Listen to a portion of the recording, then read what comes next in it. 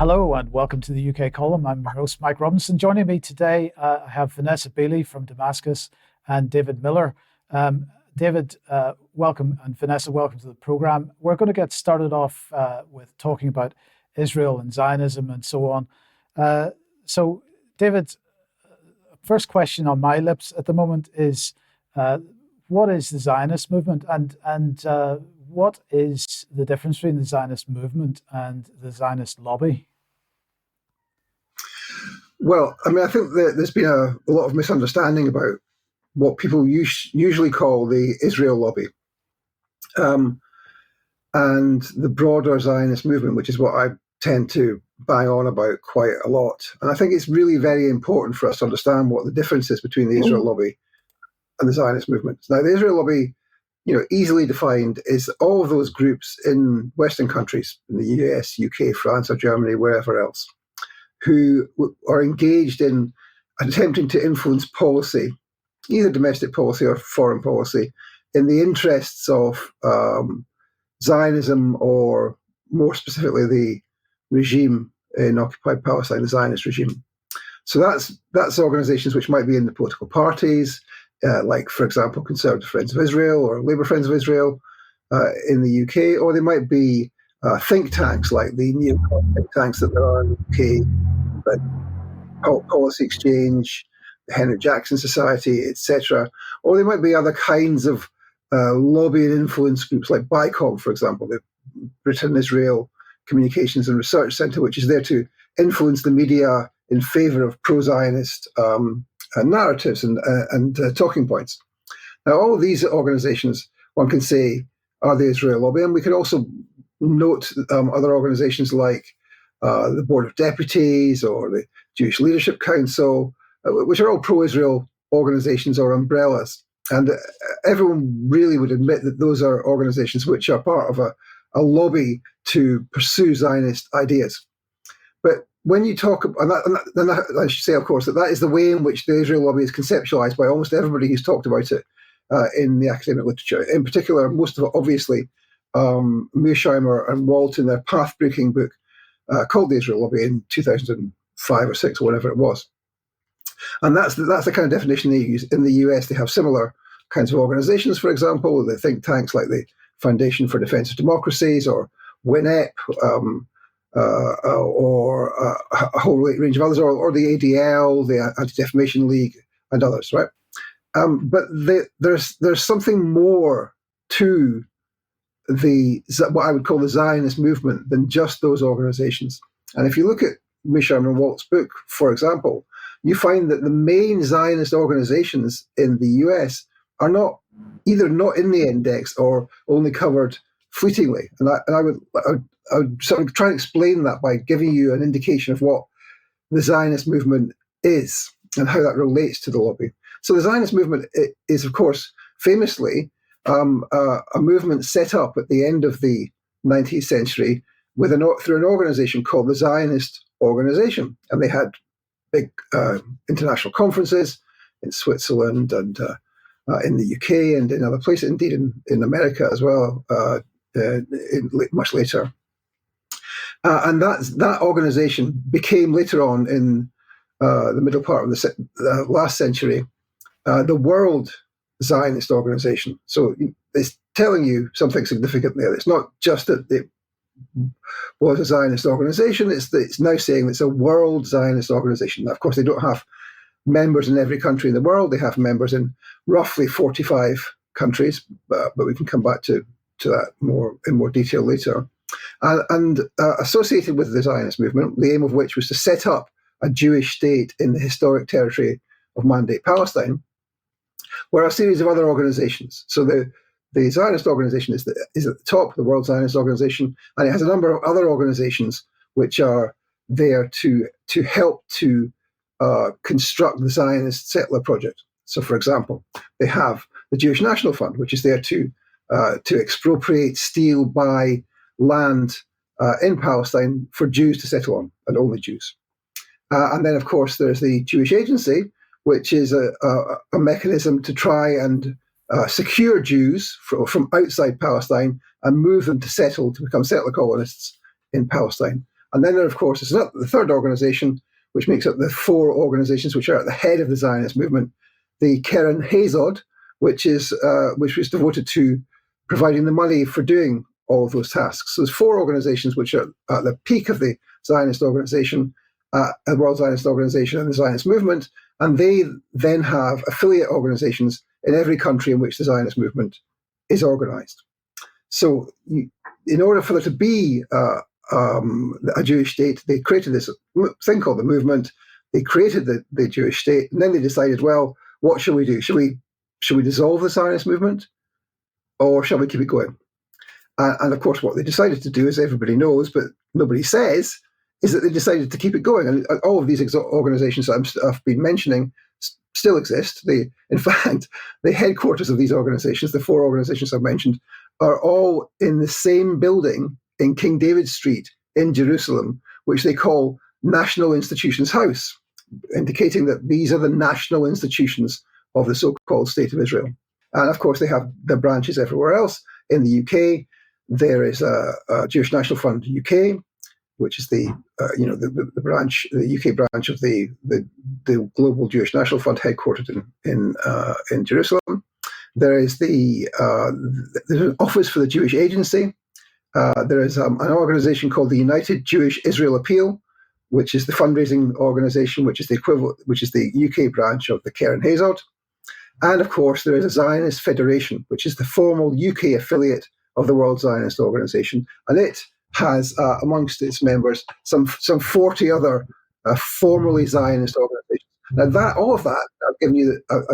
I tried to be short with my description of it. All of that is the formal Zionist movement, all of which are formally linked to the World Zionist Organization by membership. Now, if you look at Mearsheimer and Walt's book, none of that's in there. It just simply doesn't appear. Now, why is that important? Well, it's important because these parts of the Zionist movement, which are, of course, allied with and work directly with the so-called Israel lobby, are also engaged in pursuing other functions. Now, I've already mentioned what those functions are: stealing the Palestinian land, settling people on that land, providing the money to do it. But as part of that, they have to do a range of other things in the countries outside Palestine where they operate. And amongst the things that they have to do is that they have to radicalize Jewish children into believing that they have what they call a birthright to live on stolen land in Palestine. So that's why they have a whole range of institutions to do that. They have nurseries, yes, nurseries that are Zionist, schools. They're in the UK, the Jewish schools, many of them openly identify as being Zionist schools. Truly incredible. Should be illegal, and it doesn't happen for any other religion, but that's the truth. And then they have a whole range of youth groups. They have left-wing Zionist youth groups and right-wing Zionist youth groups and religious Zionist youth groups, and these are there to indoctrinate Jewish kids into believing that they've got a right to Palestine and that Palestinians are subhuman. And they, of course, take the kids off to their first trips, usually to occupied Palestine, when they're really quite young. I mean, 7, 8, 9, 10, the kids go on free trips to occupied Palestine.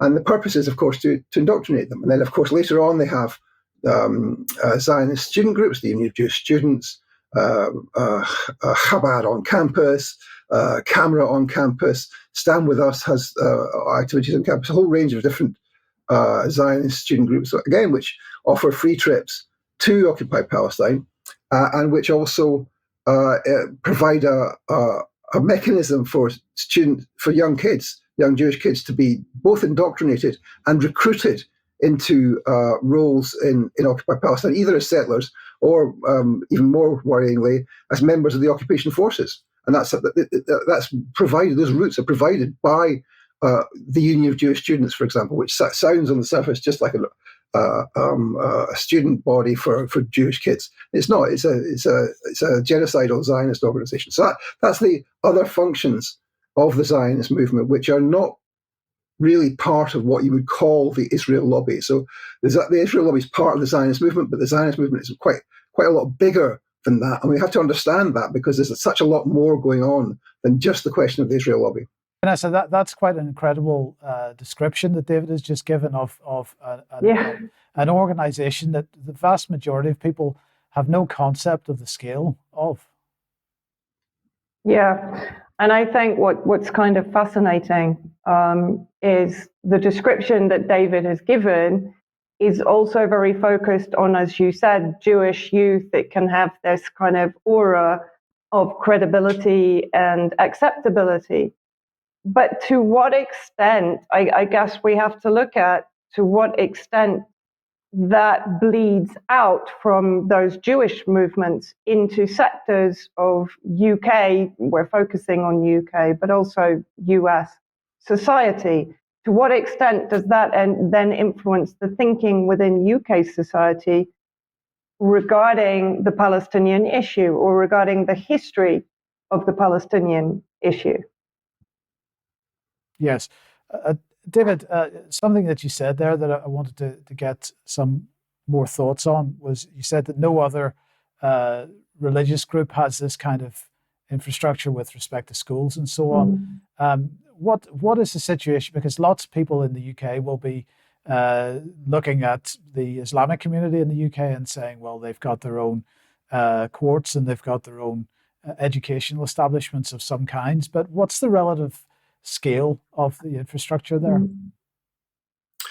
So, I mean, the difference, of course, is that under UK law, it's perfectly permissible to have faith schools, to have Muslim schools, Jewish schools, Hindu schools, Sikh schools, indeed, of course, Catholic and Protestant schools. I mean, I went to what was called in Scotland when I was a kid a non-denominational school, which people think means any kind of Christian, but no, it's not. It's any kind of Protestant.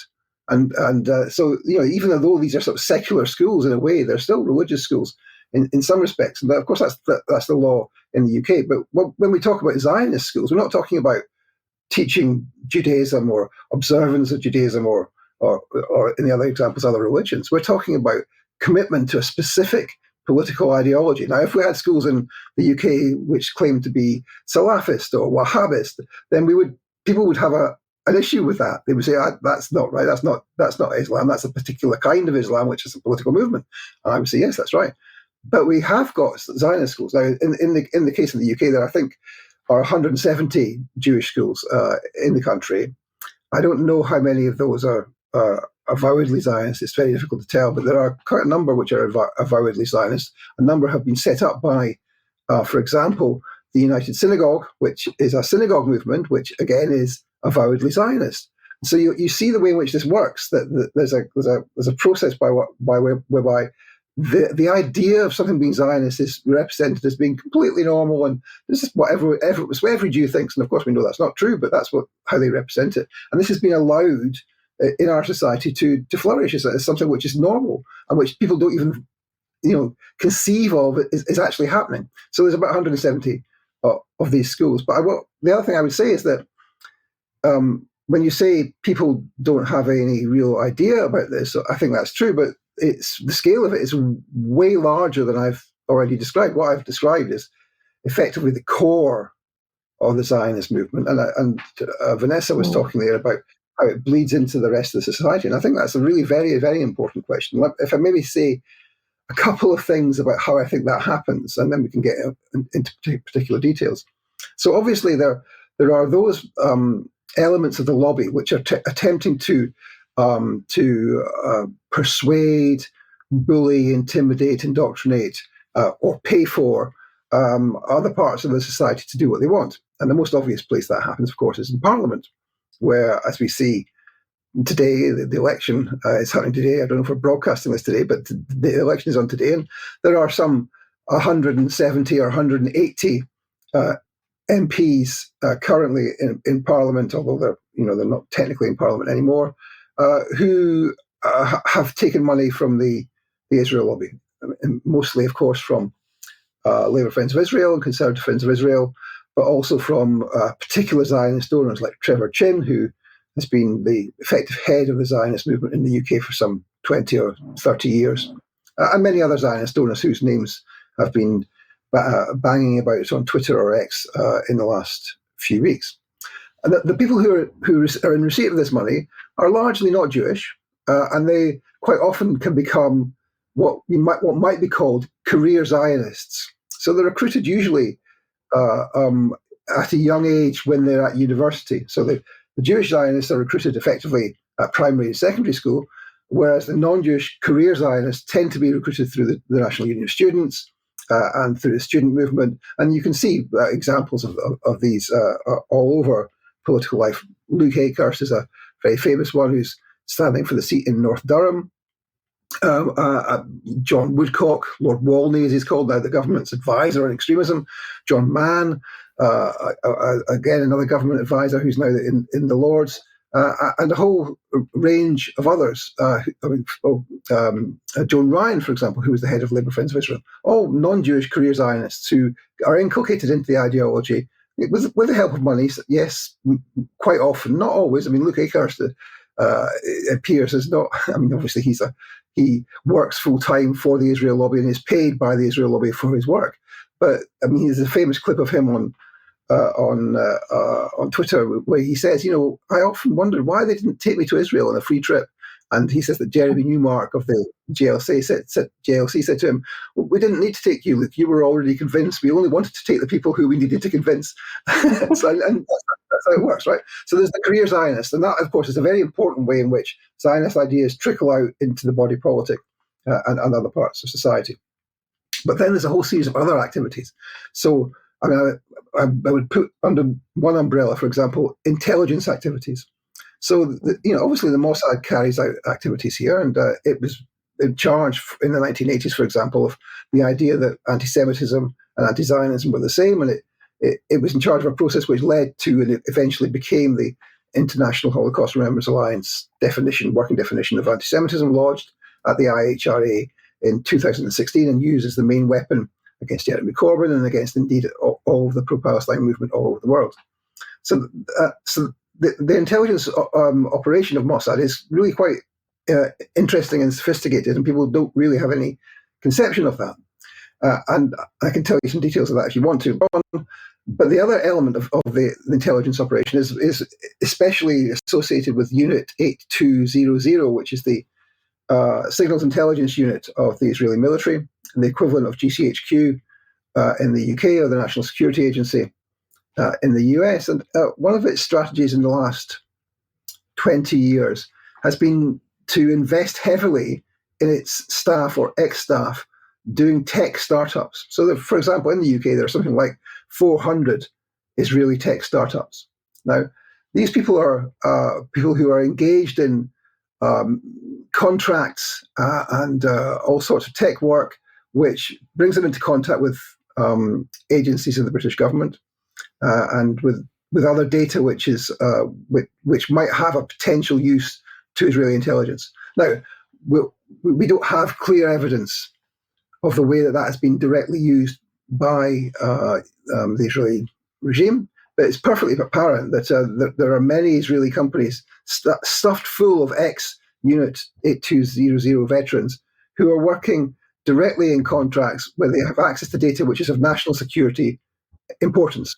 For example, with the Foreign Office, where, of course, the two major other intelligence agencies in the UK are based, with the Ministry of Defence, with the National Health Service, etc. And that's, of course, in addition to all of the tech firms who have access to, who are selling hacking software, the NSO Group, of course, famously advised by Cherie Blair, Celebrite, a whole range of other companies which we've discussed and exposed on our show, Palestine Declassified.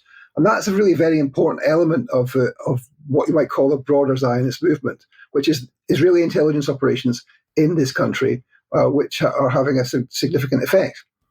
And so there's the career Zionists, there's the Israeli intelligence operatives, and then, of course, there's a way in which this recruitment into the Zionist ideology then works its way through the political system, so that people who not just the political system, but the economic, political, and cultural system of this country, so that later on, people who have gone through that training end up in significant positions in, for example, politics, in government, in Whitehall, as civil servants, in economics and in finance, and indeed in the cultural industries as well.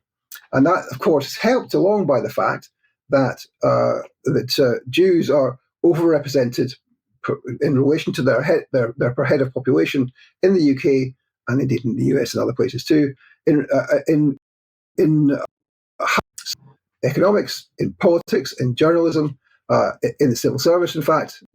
Jews are massively over, and of course, comparatively, Muslims are by far the worst in terms of their representation in the population. The British population has 0.5%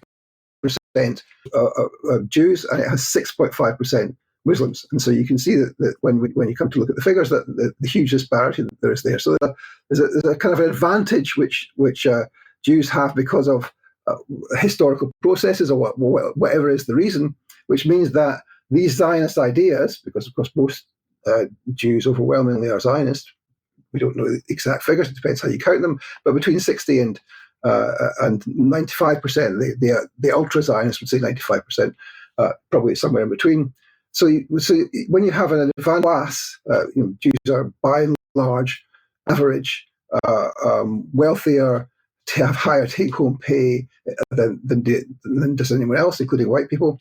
Then what you have is an advantaged level of access to decision-making for Zionists. And that's what you find time and again. That's partly why you find, for example, in the national security and extremism field, neoconservative institutions with a high proportion of people who are from a Jewish Zionist background, pushing forward policies in the UK, whose interest which is in Israel's interest, as opposed to necessarily just clearly British or British imperial interests, however one might want to categorize them. So that's part of the other element of the power of the Zionists is the threading through the fabric of society of people who have what should we say, a genocidal ideology, a fundamentally racist genocidal ideology, who are not fit to be in public service, any of them. But nevertheless, we don't have any real language or a way of discussing that or thinking about that, which could lead to a process of de-radicalization, de-Zionization, and the dismantling of the Zionist movement, which we clearly have to do, since it shows no signs of wanting to make nice with the Palestinians or indeed with anyone else. Vanessa, you got any comments or thoughts on that or questions? No, I mean, I think, the more that David and I have talked about this, the more you look into it, the more horrifying it actually is, the extent to which their reach, the reach of the Zionist movement has expanded into every single sector. We're focusing on British society. I mean, I keep telling people, look at the 2030 roadmap between Israel and the UK to fully understand the extent of reach that the Zionists have in every single sector of British society. And I guess really what maybe we need to help people understand, because, they may still be saying, well, okay, but, you can just say this is a tech development partnership. How is this going to affect the ordinary person in the UK in the future?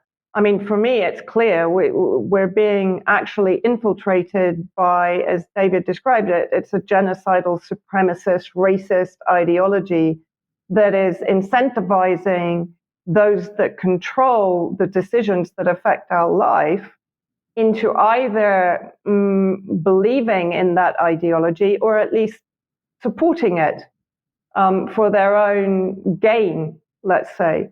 So I guess for me, it's an important thing for people to fully understand to what extent this is going to affect us. Well, not me, I'm in Syria, but I mean the ordinary person in the UK.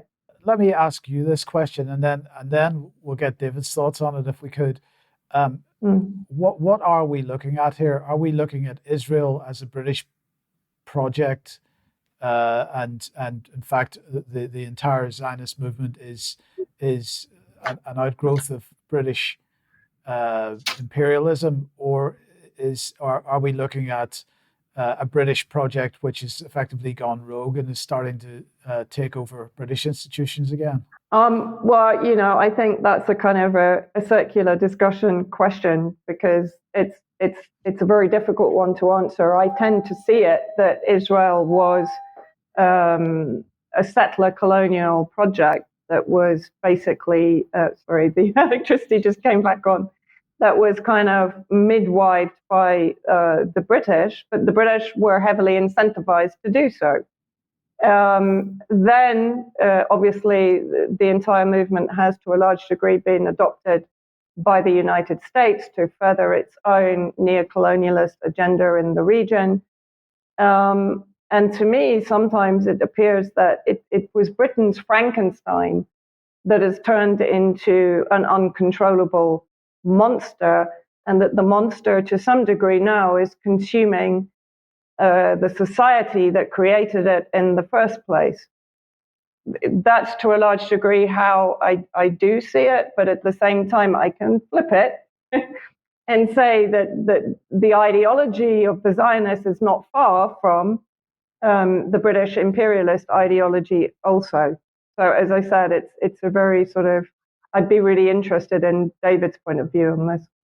Okay, so I mean, I think that when you ask these kind of questions, I mean, people tend to ask these questions just in relation to Israel and Palestine, or the influence of Zionism. But I think, let's look at the parallels first of all. What are the parallels that happened in other settler colonial situations? I'm thinking of Algeria, of South Africa, of Northern Ireland, of Rhodesia, and now, of course, called Zimbabwe. And let's start with Zimbabwe. I mean, let's remember, Ian Smith declared UDI from Britain, Universal Declaration of Independence. And of course, that's an indication, isn't it, that settlers can go rogue.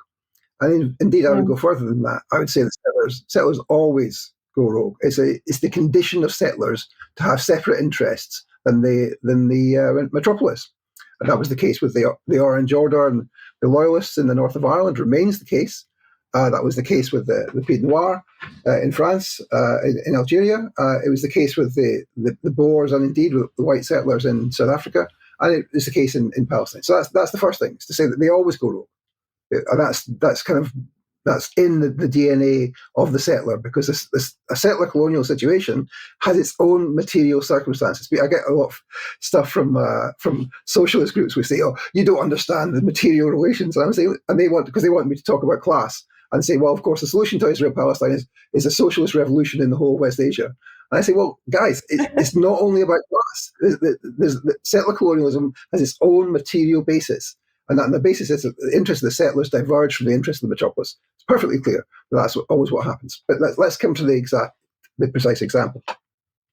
So, yes, it was a British project. Yes, there was lobbying to set that British project up from the Zionist movement. And of course, Ilan Pappy's new book on this is out now, and you can all go and read that, and we can talk about the extent to which the Christian Zionists formed the Jewish Zionists and Jewish Zionism and all of those kind of questions. But I think that's a longer debate. Let's not have that just now. But what you see with the creation of the State of Israel is an almost immediate divergence, don't you, between the interests of colonial Britain and the interests of the settler colonists. And that's why, of course, the Haganah and indeed the Lehi, the Stern Gang and the Irgun started to kill British soldiers and hang them with piano wire and booby-trap their bodies, and bomb the Colonial Club in London, and excavate a copy of Shakespeare's plays and send it as the first ever book bomb in the history of terrorism to the brother, by mistake, of a British serviceman. And that divergence was already happening then. And when those two soldiers were strung up with piano wire, there were what is called anti-Jewish riots in this country, in Glasgow.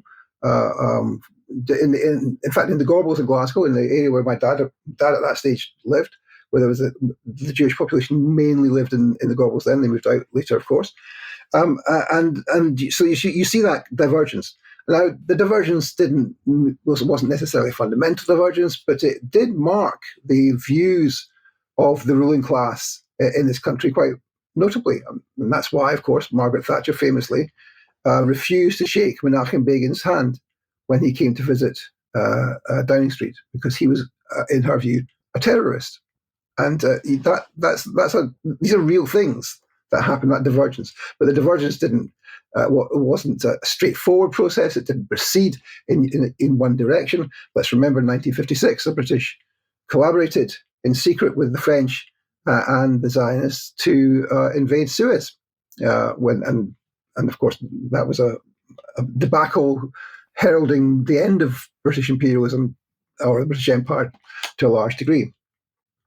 But then when we come up later, we see that there have been continued divergences. Although the UK and the US have been supportive of Israel, the US more so, that's not stopped Mossad from operating against Britain and against the interests of Britain. So, for example, when the Mossad ran an operation using Palestinian informers to execute Naji al-Ali, the famous Palestinian cartoonist who's famous for Hamdallah, the wee cartoon boy.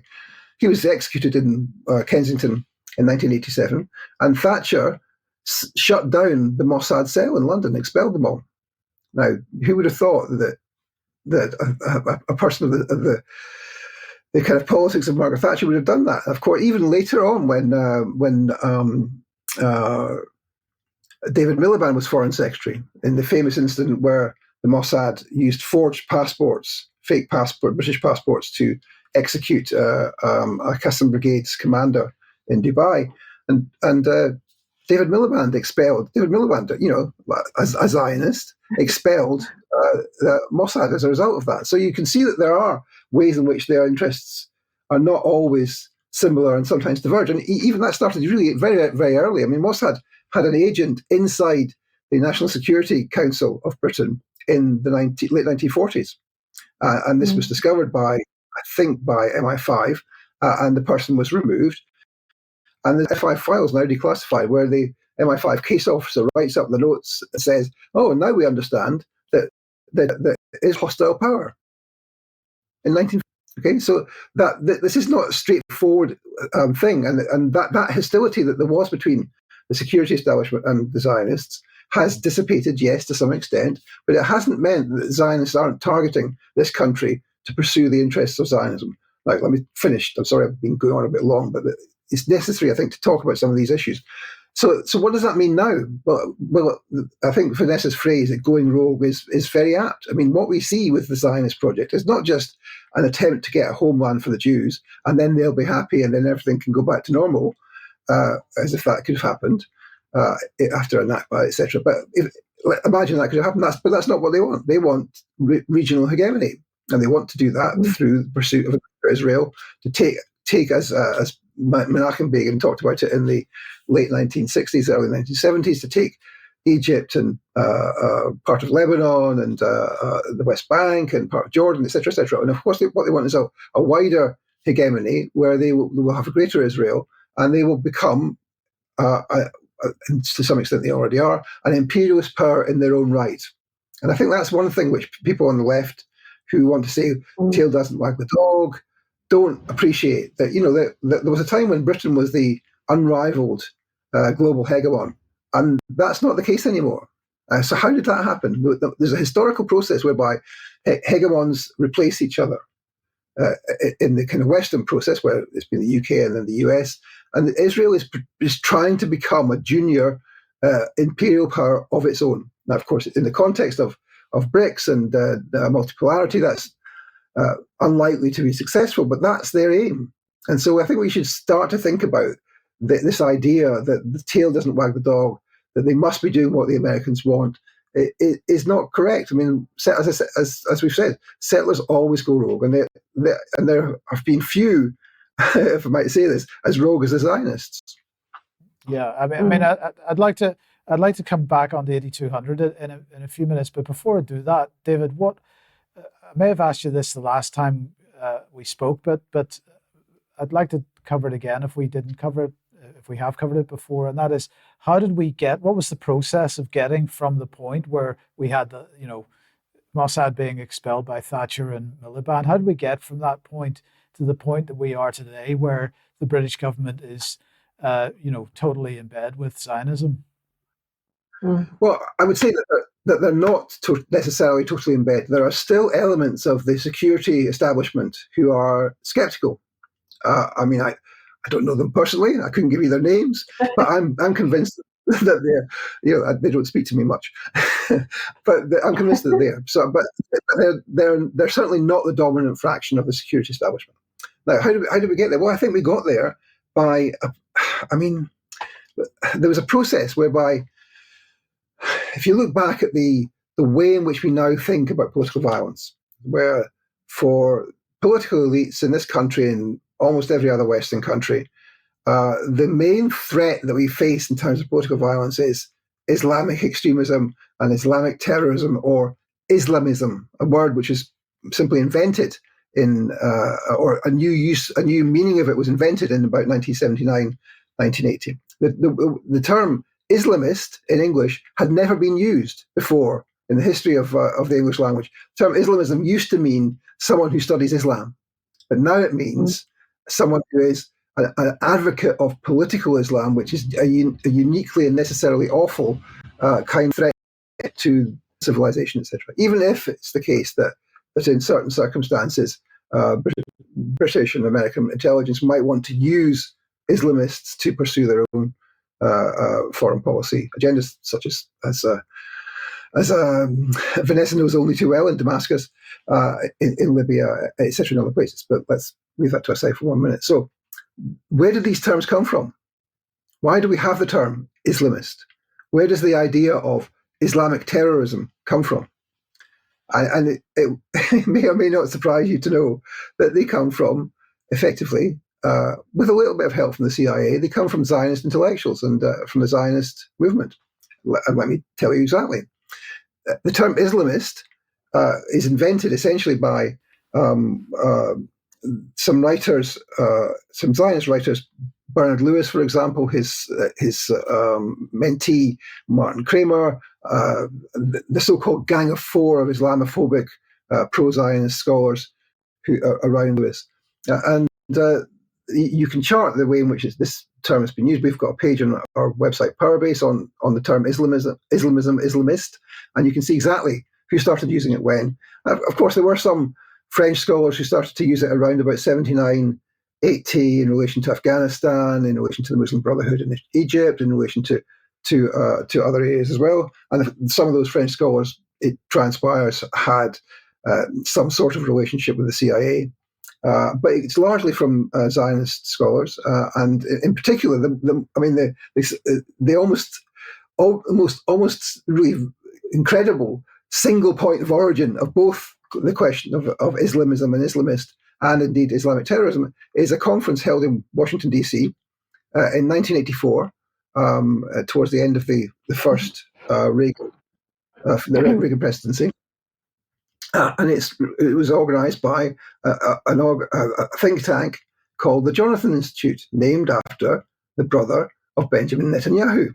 And who ran the conference? Benjamin Netanyahu himself.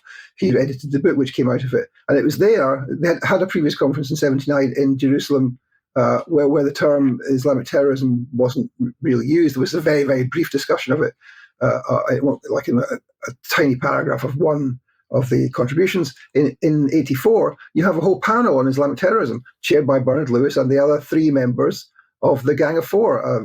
I forget their names exactly, but each one of them more Islamophobic than the last. And that's where the term comes from. And you can see, again, I put this on the website, the way in which the term Islamic terrorism replaces, or Islamic or Islamist terrorism, in books in English on it. You can do a Google Ngram on this. Anyone could check out the data.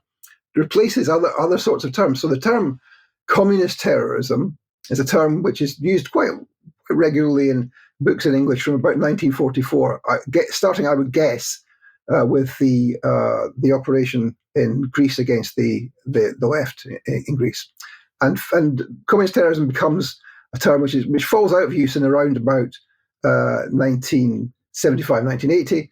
At which point the term Irish terrorism becomes much more important. Now, in the graph, they sort of flow along and they replace each other. But by the time you get to the 1990s, the term Islamist terrorism and Islamic terrorism really massively take off in books in English. And you're seeing a change in the way in which we think about political violence. And that change comes not straightforwardly, not by a decree being issued by the then Israeli government, but by a process whereby the Zionists conquered the national security infrastructure of the US and the UK. And that's why we have today the kinds of policies we have on extremism. That's why we have someone like Lord Wolney doing his extremism review just the other day. I mean, he's a career Zionist, or why we have the Centre for what's it called, the Commission for Countering Extremism. That's why we have Michael Gove. That's why we have the new extremism policy. I'll finish on that. The new extremism policy introduced by Michael Gove just a couple of months ago. We did a show on this. And where does it come from? Well, it starts off life as a report by the Policy Exchange, set up by Michael Gove. And then the findings from this are taken up by the independent reviewer of terrorism and extremism, who is a guy called Lord Shawcross, who takes up the post from his previous post at the Policy Exchange. And then he gives the report to Michael Gove, Policy Exchange, who introduces the report more or less straight into law. That's how it works. This is and who is it that funds the Policy Exchange? Big surprise. It's Zionist family foundations, and these are the main funders of the Policy Exchange, especially its work on Islam. Just like they're the main funders of the Henry Jackson Society. So what we see here is a process which operates, below everyone's sight line, out of radar contact, but which nevertheless, when you look at it, actually occurs. Okay, that is spectacular.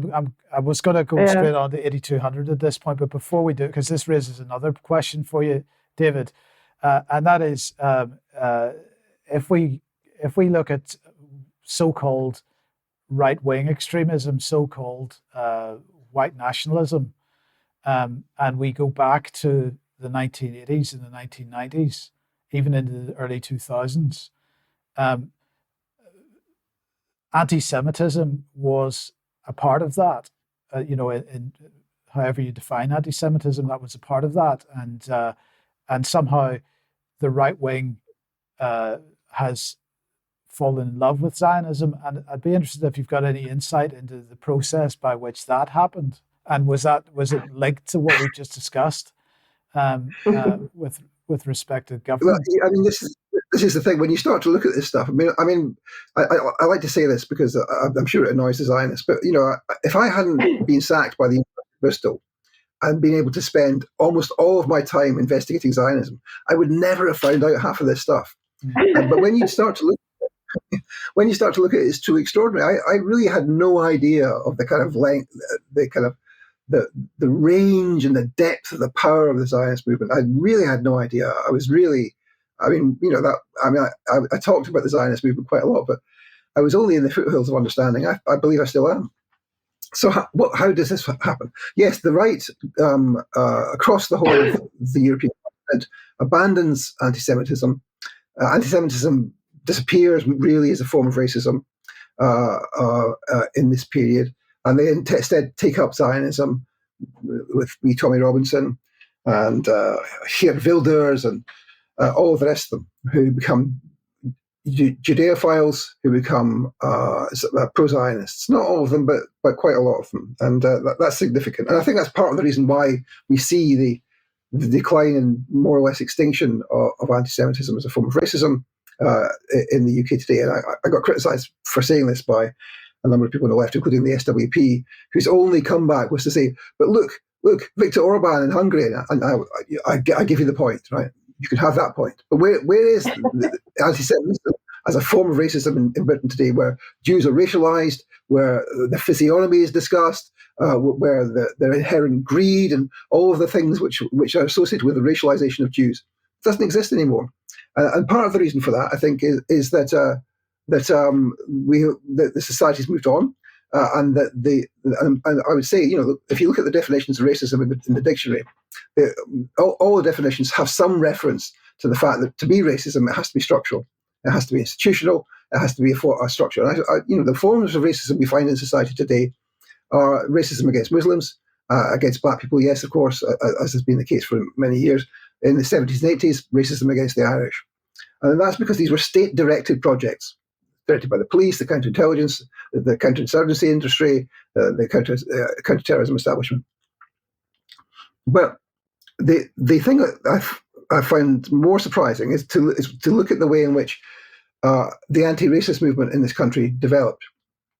So for most of the period since the 1940s, the anti-racist movement has focused, by and large, on the question of anti-fascism when it's dealing with racism.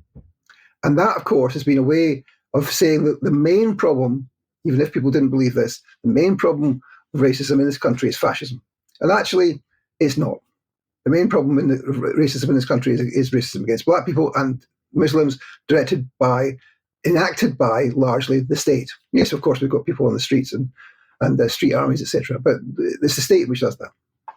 And I think the focusing of the attention on anti-fascism allowed there also to be a sort of solidarity of anti-racisms encompassing the Jews as well. But of course, that was done at a price, and the price was that we didn't focus on the main forms of racism. We didn't focus on institutional racism. There's only really been one major anti-racist organization in this country, as far as I'm aware, the Anti-Racist Alliance, led by Mark Wadsworth, which focused on institutional racism and state racism, which of course are the main types. And that part of the reason for that is the influence of the Zionist movement on the anti-racist movement. And that sounds like an extraordinary thing to say. Let me just give you a couple of examples. So one of the earliest anti-fascist groups in this country was the 43 group, which is a group of largely Jewish ex-servicemen coming back from the Second World War, determined to fight fascism in Britain. Large numbers of them were communists, members of the Communist Party of Great Britain specifically, and they fought fascism on the streets of London. There's a a drama called Ridley Road by the BBC on it. I did a review of it. But what was unbelievable when I started to research that was that actually what was going on here was that although they tried to keep Zionism out of the organisation, it was and became a Zionist organisation, and such that not only did it allow its members to join the Nakba and to fight with the Haganah and indeed with the Irgun and the Stern Gang, but it also, en bloc, affiliated to the Irgun in 1948. And so this anti-fascist group was affiliated to the Irgun, the revisionist Zionist terrorist organization. And that, when I started to realize that, and I started to trace through all of the other groups which came out of that, so the 62 group, the Group Relations Educational Trust, Jacob, etc., the same people were on Searchlight, same people were all in these organizations. They set up a whole range of other groups, which I think it's fair to call Zionist anti-racist groups. And so in particular, Searchlight, it was headed by a guy called Jerry Gable, who was the director of intelligence for the 62 group, and his director of finance in the 62 group was a guy called Gerald Ronson, who, of course, the famous Guinness fraudster, who went on to set up the Community Security Trust, the key organization in this country, blurring the distinction between anti-Semitism and anti-Zionism. And so that there we have a whole trajectory of Zionist organizations. And the trajectory from Searchlight, which was very close to British intelligence and to the Special Branch, is that they set up an organization out of Searchlight called Hope Not Hate, currently trying to sabotage alternative candidates in the British election, including from especially on the left. So that's the whole trajectory of Zionist groups. Sorry to go on, but just briefly then, how does that affect the other anti-racist groups that people will know about? The Rock Against Racism, Anti-Nazi League, Out Against Fascism, Stand Up to Racism. Well, I would say how it affects them is that these groups were compromised by having relationships with, and indeed having on their governing boards, people from the Zionist organizations. So, for example, Searchlight had two people, Jerry Gable and another guy from Searchlight, on the board of the Anti-Nazi League from the beginning. And that, of course, meant that they didn't want to focus on structural racism. They didn't want to focus on questions of class. They wanted to focus instead on anti-fascism, which was not, even then, the main threat that people of colour faced in this country. And so that, I think, is part of an explanation for the question you've got. And there's one more thing I would say, which is that these far-right groups which abandoned anti-Semitism and took up Islamophobia, it wasn't just that they did that because that's what the state was doing. It's also because it's what the Zionists were doing and what the Zionists wanted them to do. So when you look at who is it that funds Geert Wilders in the Netherlands? Who is it that has funded Tommy Robinson, Stephen Yaxley Lennon? Who is it that has funded K.T. Hopkins? And when you look, you see, it's the Middle East Forum in the US, or it's the Shillman Foundation, or it's the David Horowitz Freedom Center, all of which are Islamophobic organizations funded by the Zionists. And that's truly mind-blowing when you start to realize that the far right is being bankrolled by the Zionist movement as well. And people have no idea of that, really. Wow. Vanessa. Yeah, I'm speechless. I think, David, please write a book very soon, because this information is kind of, I mean, like you said, I am very much at the foothills. You've just possibly elevated me considerably higher just in 1 hour. So please write a book as soon as possible, because this is so important for people to understand how they're being manipulated by the Zionist movement. It's extraordinary.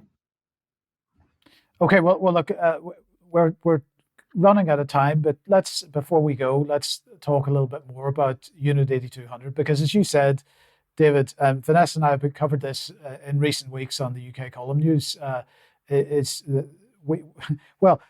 My point about this has been, we have seen the British establishment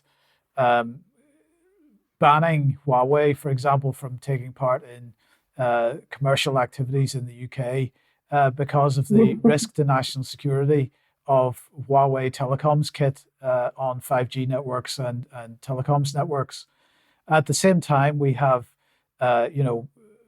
Unit 5200 or 8200 backed organizations. We've got Checkpoint. We've got Juniper Network, Oracle. A whole bunch of networks organizations. Oracle, which is basically running every government database that's in existence, and these are all spawned from the Israeli equivalent of GCHQ, which is all about signals intelligence. And if you are a signals intelligence organization and you're spawning commercial organizations which are capable of producing gear which is capable of gathering bulk data, which is the whole basis of signals intelligence, it's not a coincidence that they are building these types of organizations. So why are the British people not shouting about that and the dangers of that with respect to national security and our personal security, in fact? Well, the why question is a difficult question, but I mean, look, there's no equivalent of the Zionist penetration of the tech industry. France isn't doing it. Tanzania isn't doing it. South Africa's not doing it. Algeria's not doing it. The Chinese aren't even doing it. I mean, the idea that the Chinese Communist Party runs TikTok or Huawei is some kind of major threat. I mean, it's ridiculous. But that, of course, is part of the propaganda, isn't it? The threats that we face are from China, from Russia, from Iran, not from Israel. We cannot talk about that. We cannot mention that. We cannot even conceive that is the case. But of course, the main threat is from Israel, because it's the one which is, empirically speaking, active in trying to penetrate our systems. Larry Ellison, who runs Oracle, who, as you said, runs the databases national security relevant databases for the Home Office, the Foreign Office, the MOD, and the National Health Service. I mean, people have got to be out of their minds if they think that this is not an actual national security problem. Even the national security establishment knows that it's a problem. And you can see that because, of course, they investigated Patrick Drahi. Are you familiar with him? No. Who now owns a large proportion of British Telecom. And he runs, of course, I-24 News in occupied Palestine. And he bought up the famous French radical newspaper Libération. And he appointed as editor to that newspaper someone who was a veteran of where? 8200. Yeah. Yeah. Oh, God. But they investigated him for national security. And now, of course, they didn't announce what the reason was, but that's the reason, right?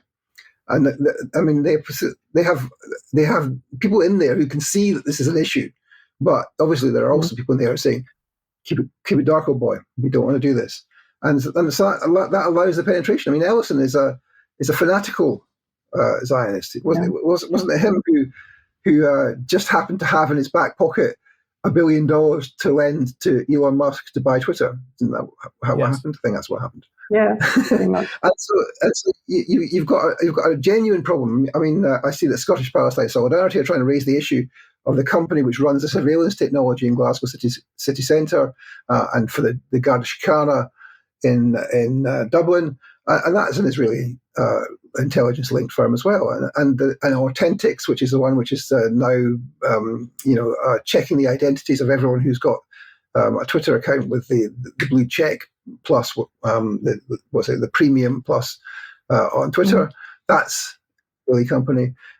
And the idea that this is not a problem, and then the idea that the NSO group, which has done all this hacking software, which sells it to the Saudis and to the UAE and to repressive governments everywhere, and of course the Israelis remain with a back door into the data gathered by these other countries. So when the Saudis are cracking down on the dissidents, Israel has a window on what's happening.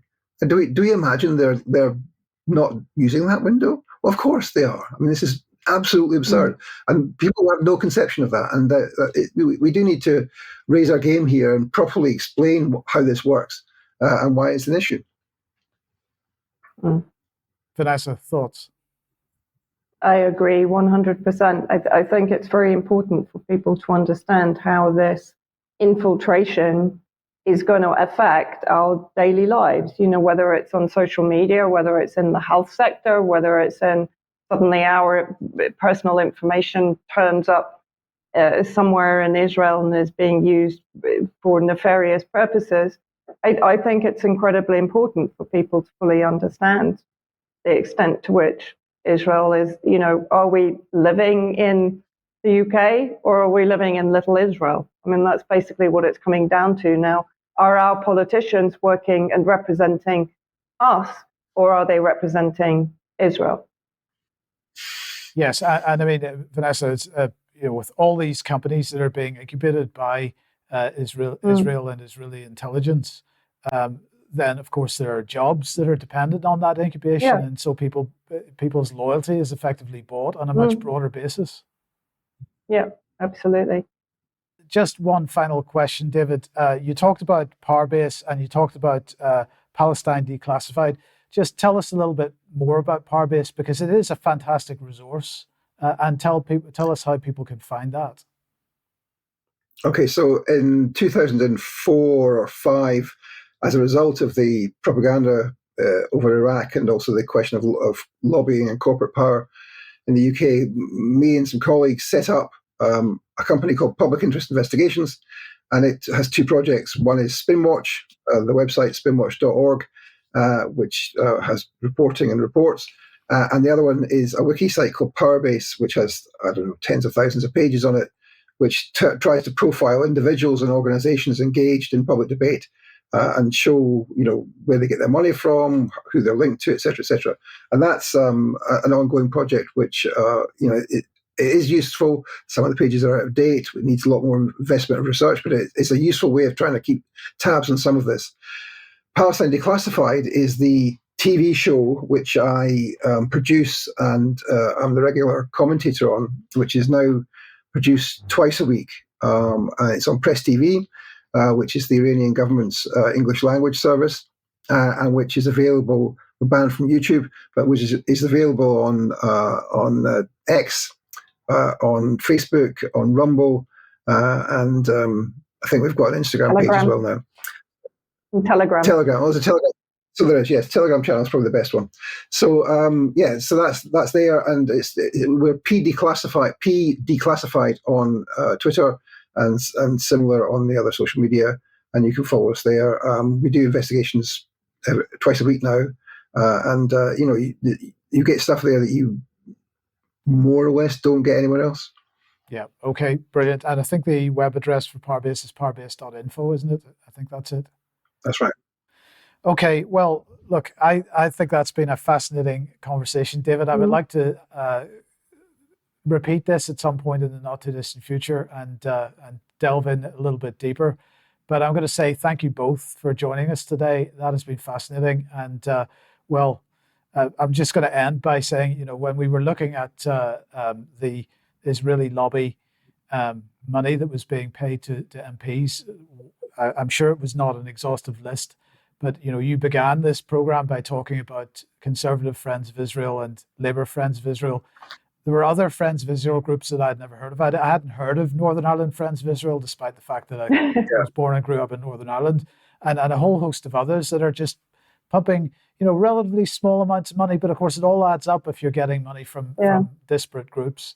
The number of Friends of Israel groups, we don't have Friends of Italy groups that I'm aware of on this kind of scale. So, people should be asking these questions. So look, we're going to leave it there for today. I'm going to say thank you very much to you both, and we'll see what the response is to this, and we will undoubtedly ask you both back in the not too distant future to delve a little bit deeper. So thank you both. Thank you. Thank you. Thanks, Mike.